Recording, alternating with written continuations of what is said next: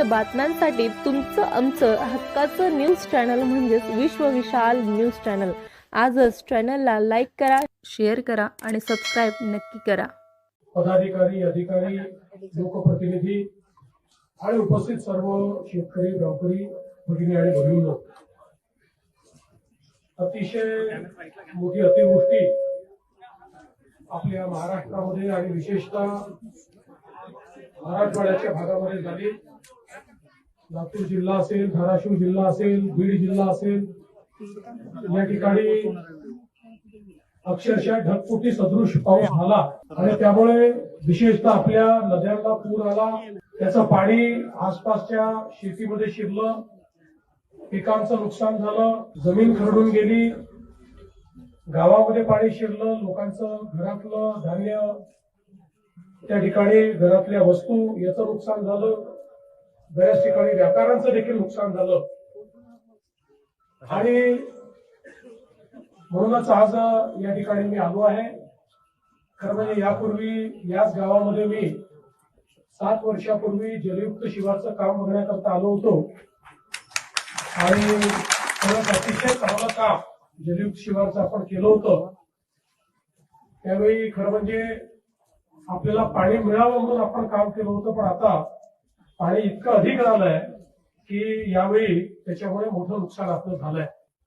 आणि म्हणून शासन म्हणून मी आपल्याला या निमित्ताने आश्वस्त करतो की सगळे निकष बाजूला ठेवून आम्ही सर्व शेतकऱ्यांना सरसकट मदत करणार आहोत आणि जेवढी वाढीव मदत आम्हाला करता येईल ती करण्याचा आमचा प्रयत्न असेल। आणि एवढंच नाही तर ज्यावेळेस आपण टंचाई घोषित करतो, टंचाईच्या वेळी ज्या उपाययोजना आपण सगळ्या करतो याला टंचाईत समजून तशा प्रकारच्या सगळ्या उपाययोजना या ठिकाणी आम्ही लागू करणार आहोत। या ठिकाणी ज्यांच्या घरामध्ये पाणी घुसलेलं आहे त्यांनाही मदत करणार आहोत, ज्यांच्या दुकानाचं नुकसान झालंय त्यांनाही आपण पूर्णपणे मदत करणार आहोत। आणि केवळ या ठिकाणी आपली घोषणा नाही तर कालच पहिला हप्ता 2300 कोटी रुपयाचा आपण रिलीज देखील केलेला आहे।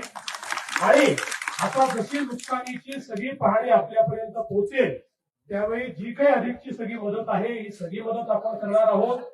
कुठल्याही परिस्थितीमध्ये शेतकऱ्यांना या ठिकाणी वाऱ्यावर सोडायचं नाही असा आपल्या सरकारचा निर्णय। यासोबत इन्फ्रास्ट्रक्चरचं देखील मोठ्या प्रमाणात नुकसान झालेलं आहे।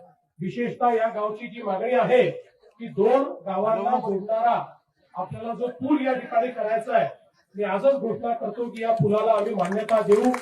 या ठिकाणी येणाऱ्या रस्त्याला देखील आम्ही मान्यता देऊ, तो रस्ता देखील जो आहे त्यालाही आम्ही मान्यता देऊ आणि सगळ्या पद्धतीनं हे जे काही इन्फ्रास्ट्रक्चरचं काम आहे हे काम देखील या ठिकाणी आम्ही पूर्ण करू।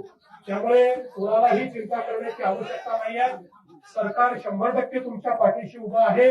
सरकार योग्य अशा प्रकारची भूमिका यामध्ये घेईल आणि ज्या काही मागण्या समोर आलेल्या आहेत त्या मागण्या निश्चितपणे आपण पूर्ण करू। मला अनेक गावांमध्ये या ठिकाणी पाहणी करायला जायचं आहे, त्यामुळे मी अधिक आपला वेळ घेणार नाही आणि जरूर ही सगळी जी काही आपली परिस्थिती आहे त्या परिस्थिती अनुरूप या ठिकाणी निर्णय घेतला जाईल हा विश्वास मी आपल्याला देतो। धन्यवाद। विविध बातम्यांसाठी तुमचं आमचं हक्काचं न्यूज चॅनल म्हणजेच विश्व विशाल न्यूज चॅनल। आजच चॅनलला लाईक करा, शेअर करा आणि सबस्क्राइब नक्की करा।